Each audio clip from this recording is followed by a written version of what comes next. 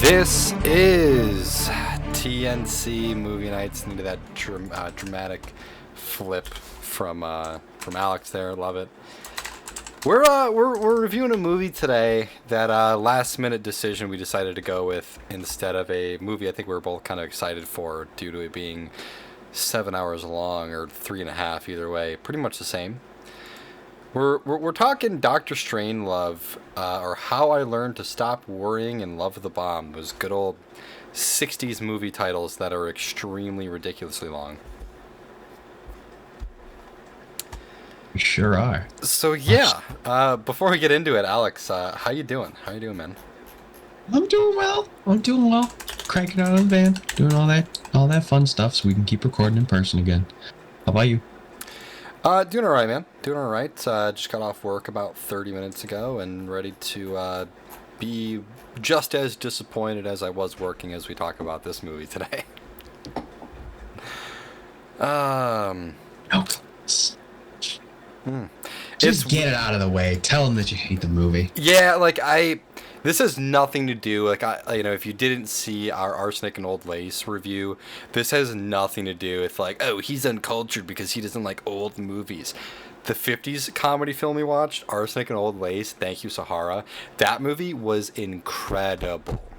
I loved it. That's one of my favorite reviews we've ever done. So it's definitely nothing to do about, the movie just didn't age well. I didn't find any of it funny. I didn't chuckle.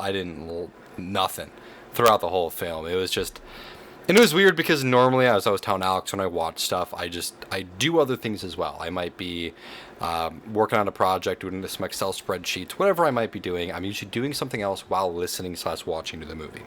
This movie, I was 100% focused on because I was like, it seems a little odd. I'm going to try to really get into it. And I don't know, I guess for some reason, all the jokes just went over my head or something. Nothing just landed for me.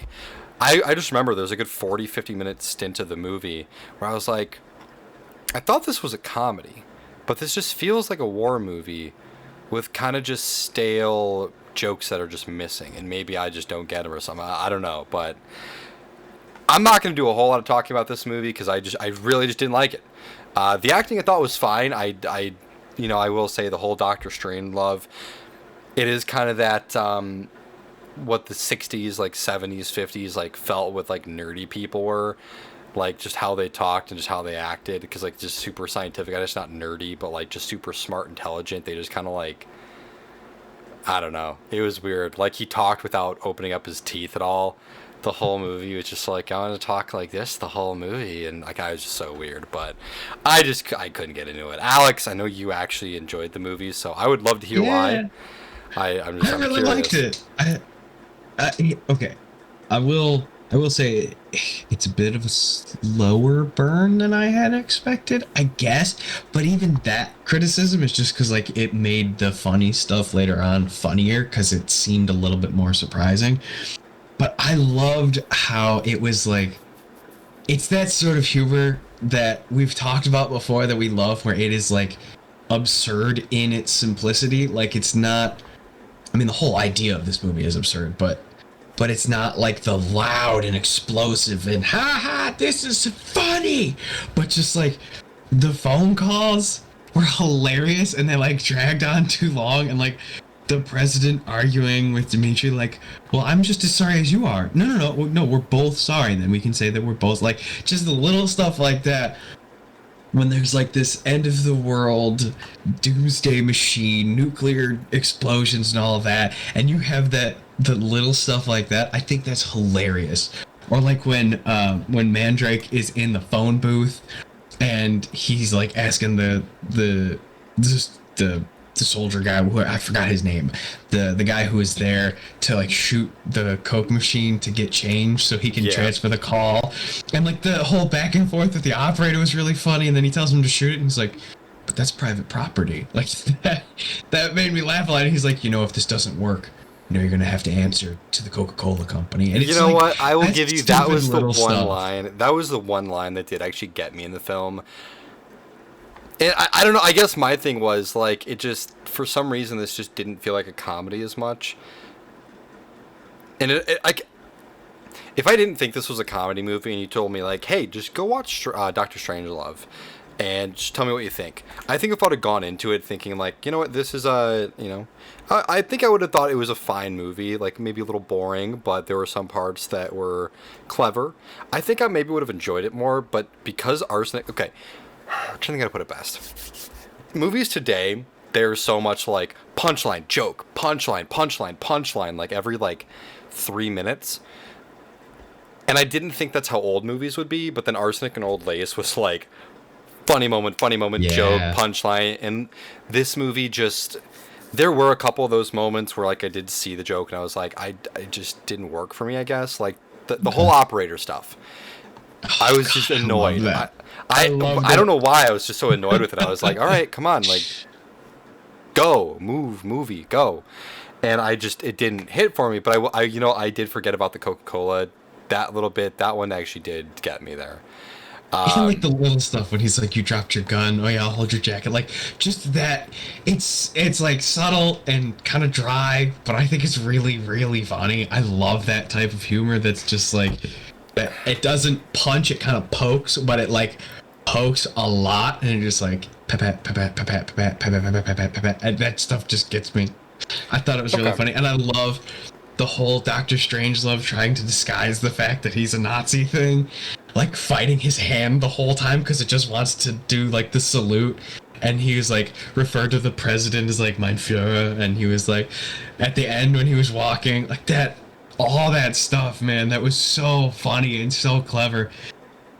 And Peter Sellers, holy crap, playing Mandrake, playing the president, and playing Doctor Strangelove, all so differently. The way he contorted his body and his voice, and props to the makeup department and all that. There were 3 completely different people to the point where I had to look it up. I was like, oh yeah, he is all 3 of those guys. Holy crap. It was, I really, really, really liked it. And that's kind of my thing. It's like, I think if I'd have gone into this just thinking like a normal movie, just go in an open mind, not expecting to laugh a lot, I probably would have enjoyed it a little bit more. Because it's not like it was a bad movie. I mean, the plot was fine. The acting was actually pretty good, I thought. A lot of different parts of the movie were solid. I was kind of disappointed, I think, when it came to the comedy aspect, because on how funny our 50s review was. And I know upcoming movies like 80s, 90s especially is going to be hysterical stuff. So that's fair. This was definitely more like subtle, satirical. And I've never liked dry humor. I've always hated it. I love it. Yeah, so I love it when it's done well. When it's clever, it's hilarious. When it's stupid, it's just boring. I've never. I liked it. I want to go find like just dry humor movies, and I'll be honest, I don't think I've ever seen like Airplanes. Great example. Hate that movie. All right. I think it's a lot of like Steve Martin. Maybe it's Steve Martin. I think that's who it is in that movie. No. It's No, it's not Steve Martin. Crud. Oh, I gotta look. Leslie Nielsen. Yeah. Yeah, he did a lot of stuff kind of in that like I think 60s, 70s, 80s. I think 70s and 80s. He was really. Airplane, Naked Gun, that kind of stuff. That stuff completely missed for me. That to me isn't clever enough. Like it's, I don't know. The writing. I'm not gonna say it's stupid because like it takes. Some of the like longer bits have some clever writing to it, but that's a lot of like intentionally stupid humor, and so that stuff, I don't know. That can be a little more hit or miss. I just thought this was funny as hell. I loved the absurdity in the characters and in the whole idea of the movie, and I love how like it just everything ends like everybody dies. Spoiler alert from forever ago. But just like they're all arguing about what to do, and they're all talking, and everyone's got their own little things that they're trying, and then just everyone's gone. I think that's hilarious. Also, I mean, what's not to love about a movie where the dude with the cowboy hat, he was riding the nuke thing? That's kind of funny. But that dude's real name is Slim Pickens. So like, how can you not love a movie with a dude named Slim Pickens in it? Also, James Earl Jones, shout out to him. He was in this. He did a solid job. I thought the acting was great. Peter Sellers, man. absolute master. Yeah, and like I was saying, I mean, honestly, the movie itself was like, it was fine. But I was just disappointed in the comedy aspect because I was expecting a much different comedy, and it wasn't just like the the dry humor, but it was just kind of like not a whole lot of humor too. Like when they did it, it was like in little bits, and then it was longer periods of time, I thought. So I think that was kind of just my side of it. I mean, again, the movie itself, it's fine. It's not bad. It's not. I would never probably watch it again, but it was worth the watch, I'll say. Okay. Just a disappointing comedy film. Yeah, especially when we were gonna watch It's a Mad, Mad, Mad, Mad World because we talked about it so much, but then we found out it was 3 hours and 15 minutes long. So we thought maybe not, maybe for a different review because I still really, really want to see that movie. Fair, and that's definitely the more like kind of in your face, punchy sort of humor, just like Arsenic and Old Lace was. Excuse me, but I think it also kind of worked out well because we talked a lot about It's a Mad, Mad, Mad, Mad World, and we didn't really talk a lot about Doctor Strangelove. And those are two, I think those two, and then like Chitty Chitty Bang Bang, and like maybe even like the Pink Panther and that kind of stuff. They kind of, those are always in like the top 5 of the list. Yeah. Another Peter Sellers. But I don't know. I think I liked it, so I'm happy we watched it, and I'm glad that you didn't hate it like Elf level hating it. Yeah, I mean, I can appreciate the film, but yeah, I was just expecting much different.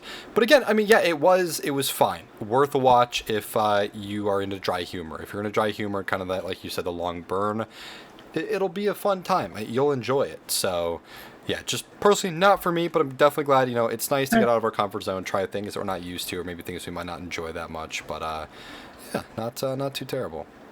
Yeah, well, I'm glad that we can reach a civil disagreement about this because we never do, right? We're always so against each other, at each other's throats. Oh, but this is weird because this is one of the, I'm sure we've done it once or twice before, but this was one of the first ones that, not on purpose, one of us really, really, really liked it and one of us really, really, really didn't. Yeah. Before, it seems like we were usually kind of on the same page, if not the same page, unless it was something like Elf, where we watched it because one of us hated it, or like Revenge of the Sith or something. Yeah. So this is interesting.